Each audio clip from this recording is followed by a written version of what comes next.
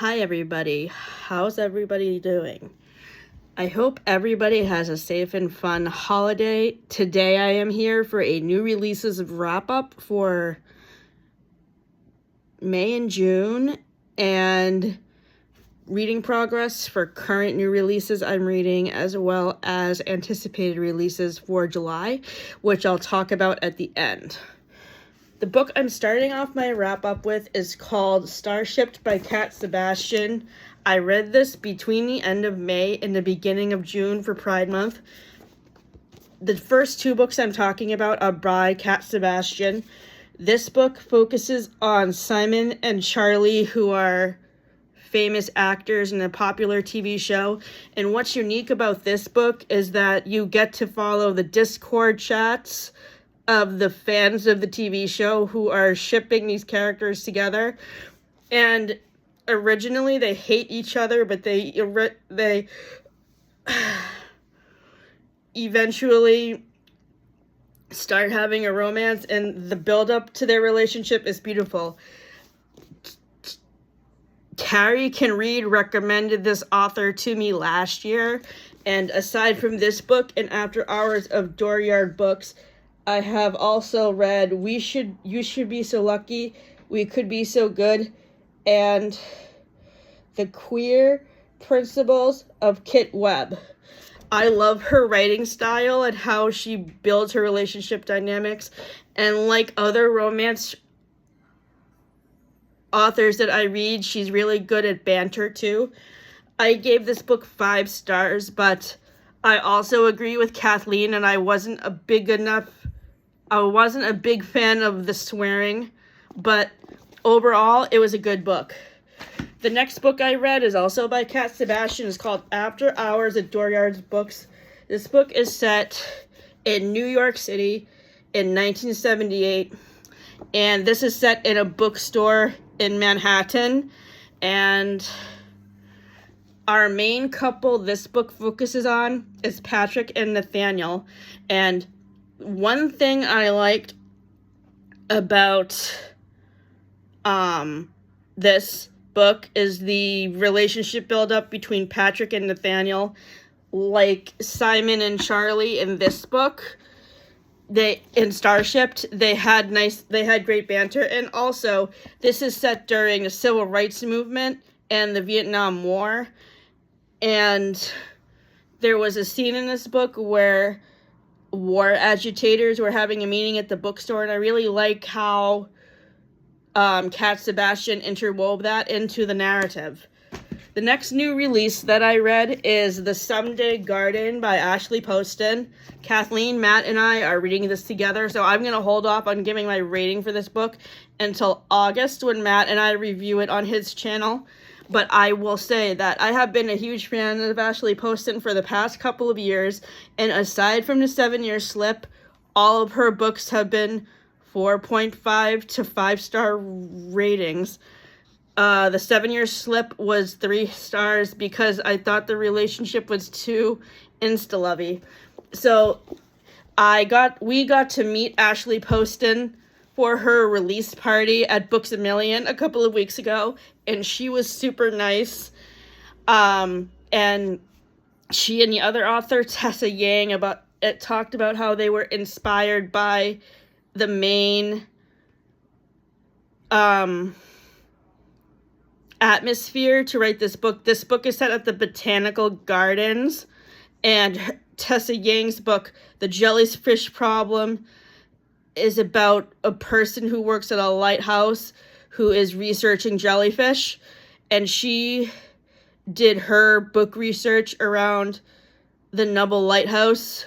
So I'm going to be reading Tessa's book in August when I get home from vacation. The next book is by my favorite YouTuber, Cindy Pham. It's called The Secret World of Briar Rose. This is a modern day retelling of Sleeping Beauty, and it focuses on people who have, it's a metaphor for people who have depression, and Cindy based this book off her own experiences as a teenager with depression, and I really like how she interwove her experiences with depression into the Sleeping Beauty fairy tale. And I really like her writing too. This is a YA book, and I mean, I'm a little bit too out of the age demographic for this book, and also Haley Pham's book, which came out in March. But I really like I really like Cindy's writing style, and I can't wait to see what she writes next as either a YA or an adult book. The next book I read is called The Reservation by Rebecca Coffin. This is a new author to me. I just had book club last night for this book with the Books and Brews book club at the brewing company in Portland that Rachel Conrad runs. And we had a nice discussion about this book last night. This is a murder mystery that is set in a restaurant, and you get to know all of the people who work there. And what the mystery is the meat order disappears, and they're trying to figure out who stole it. So my favorite characters in this book were the pastry chef, whose name is Jane, and the prep cook, whose name is The pastry chef is Jane, and the prep cook is Edgar.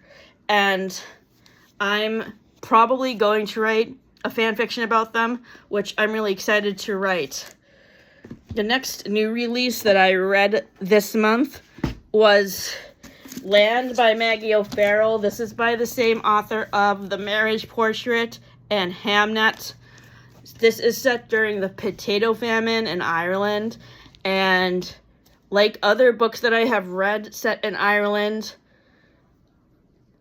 like Angela's Ashes, I really love the atmosphere of this book and how you get to learn about a time period that is not well talked about. Like, I don't remember if we ever learned about the potato famine in school, so that introduced me to a time period of history that I was not familiar with.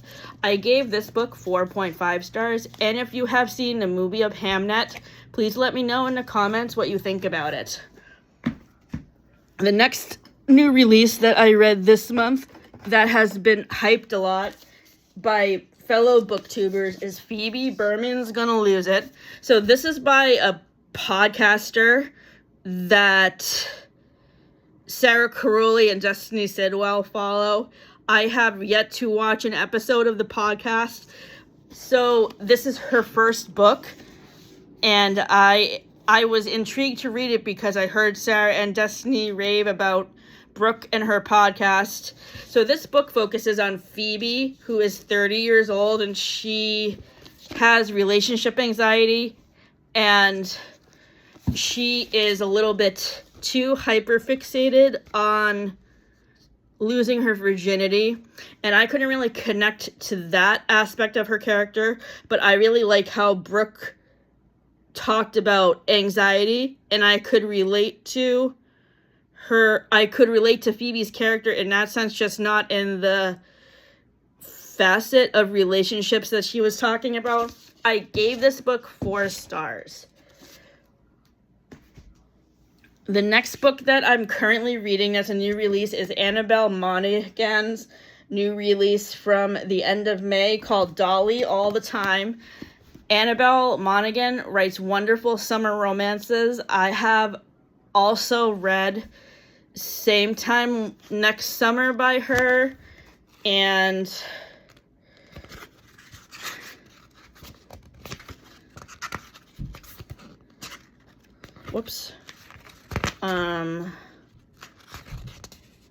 it's a love story. I've read all of her books, and they've all been great, so I was really excited about this book. My favorite books by Annabelle Monaghan are Nora Goes Off Script, and It's a Love Story. So this book focuses on Dolly, who moves back to Rhode Island for the summer to keep her dad and brother from losing the family home, and she then connects with Stuart, who is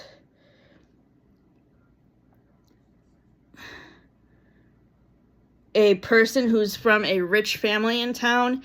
They end up striking up a relationship, and I don't want to spoil what happens, but again, much like Emily Henry and Abby Jimenez and BK Borison and Ashley Poston, Annabelle Monaghan does a really good job with writing banter.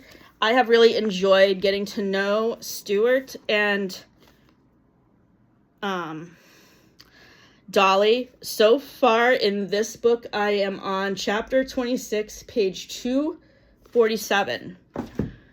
The next book that I'm reading that's a new release is Craig DeLuey's latest horror release, The Summer Fun Massacre, which I heard about from Carly at the Pastel Bookshelf, because she put together a video recently about books you should read for Summerween. And this book is obviously set at a summer camp, and it's a slasher that's sort of similar to Scream, and we have been watching the Scream movies for the first time. We are currently up to Scream 3, and we will be watching that in a couple of weeks. So I'm really excited to read this. I'm going to probably start it before I go to my cousin's wedding, because Carly's Summerween readathon starts on July 13th, which is a couple of days after Gabby's ends. So I want to make sure I read this book during Carly's readathon, but I might start it at the end of Gabby's readathon on July 9th, so that way I can get a little bit ahead. The next new release that I'm reading, I borrowed from my mother-in-law, Sally, and it's called Son of Nobody. This is by the same author who wrote Life of Pi, which I read a couple of years ago, and I also saw the movie, and I really enjoyed it. I will tell you all what this book is about. The Pasod is an ancient Greek epic in free verse that follows a goatherd son, Pasorius of Medea, who leaves his wife and family to fight the Greeks at Troy.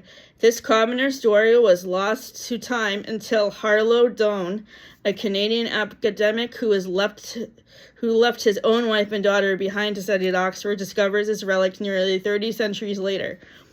As sole translator and interpreter of the Pasod, Harlow dedicates the poem in his footnotes to his daughter Helen.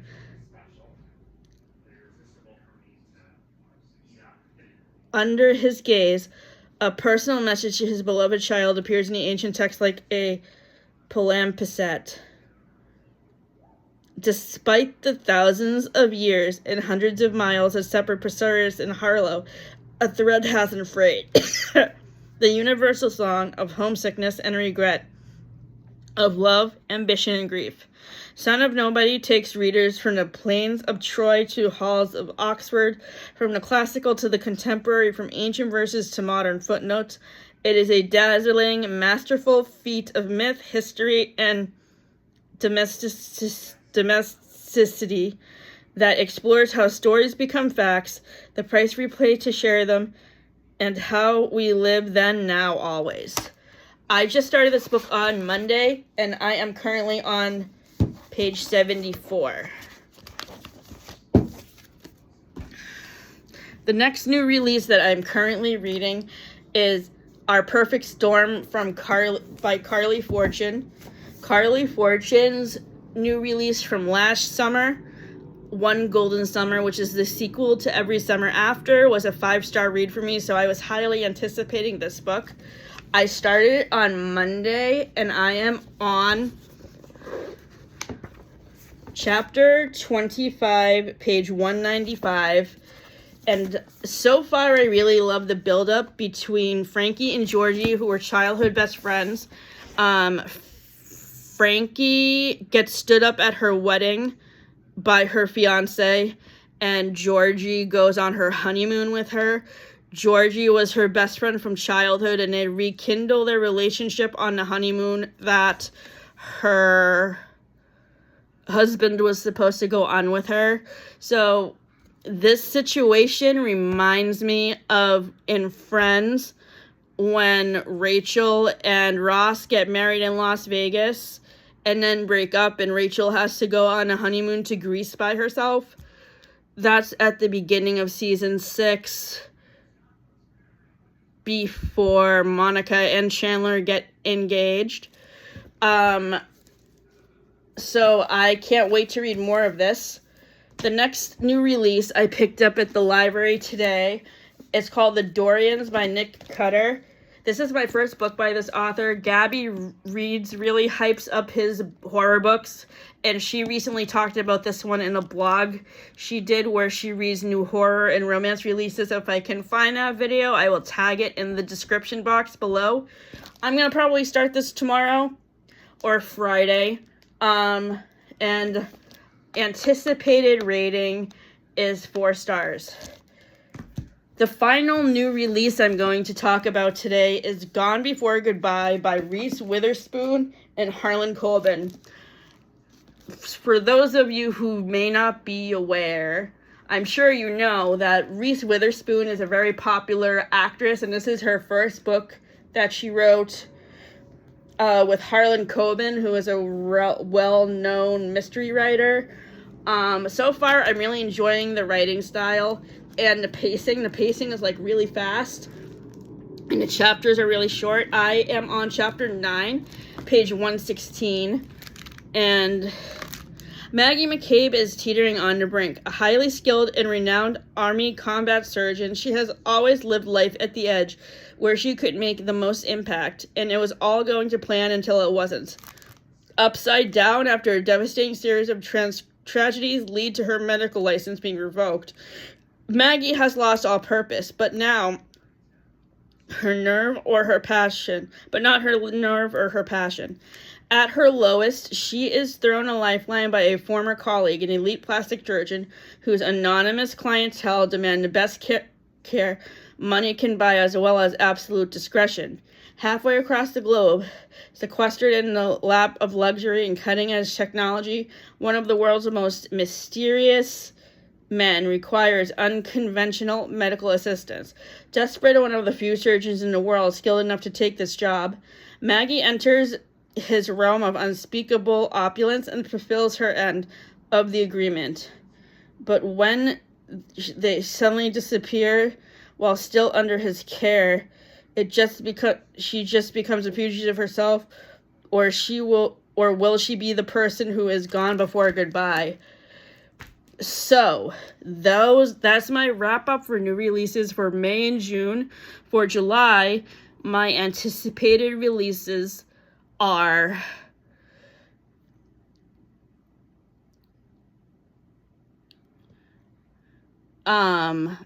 Brighter Than Before by Courtney Walsh.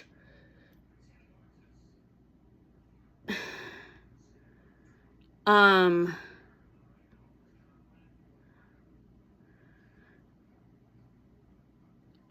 Infinite Love Story by Chanel Clayton. The Mashup by Laura Marie Myers.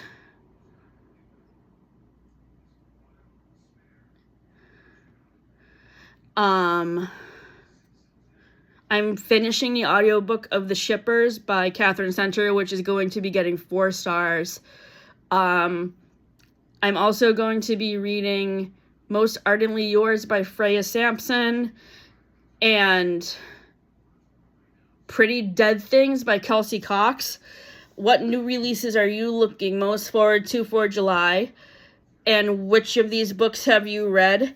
Please leave a comment below and we'll start a discussion. Have a great holiday, everybody. Thank you for tuning in. Bye.